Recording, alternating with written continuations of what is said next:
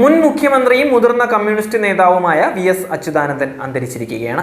102 വയസ്സായിരുന്നു അദ്ദേഹത്തിന്. ഉച്ചകഴിഞ്ഞ് 3:20 മരണം സംഭവിച്ചത്.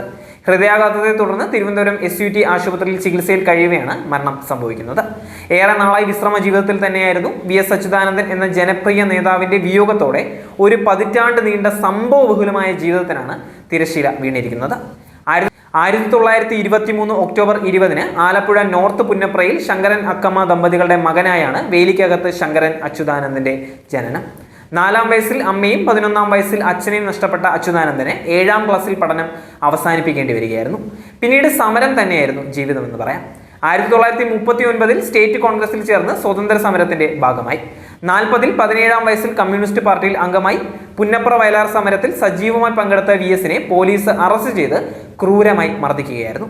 മരിച്ചു എന്ന് കരുതിയാണ് ഉപേക്ഷിച്ചത്. എന്നാൽ അവിടെ നിന്ന് കേരളത്തിന്റെ സമര ചരിത്രത്തിലെ ഉജ്ജ്വല അധ്യായം തുടങ്ങുക തന്നെയായിരുന്നു. 64-ൽ പാർട്ടി നേതൃത്വത്തോട് കലഹിച്ച് ദേശീയ കൗൺസിലിൽ നിന്നും ഇറങ്ങിവന്ന് കമ്മ്യൂണിസ്റ്റ് പാർട്ടി ഓഫ് ഇന്ത്യ രൂപീകരിച്ച 32 പേരിൽ ഒരാളാണ് VS അച്യുതാനന്ദൻ. 1980 മുതൽ 92 വരെ തുടർച്ചയായി CPM സംസ്ഥാന സെക്രട്ടറിയായി.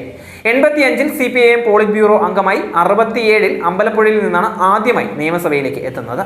70-ൽ ജയം ആവർത്തിച്ചുവെങ്കിലും 77-ൽ പരാജയമായിരുന്നു. 91-ൽ മാരാരിക്കുളത്ത് നിന്ന് നിയമസഭയിലേക്ക് തിരിച്ചു വന്നു.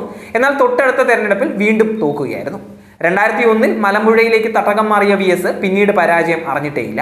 2001 മുതൽ 2006 വരെയും 2011 മുതൽ 2016 കാലയളവിലും പ്രതിപക്ഷ നേതാവായിരുന്നു. 2016-ൽ കേരളത്തിന്റെ 20ാമത് മുഖ്യമന്ത്രിയായി.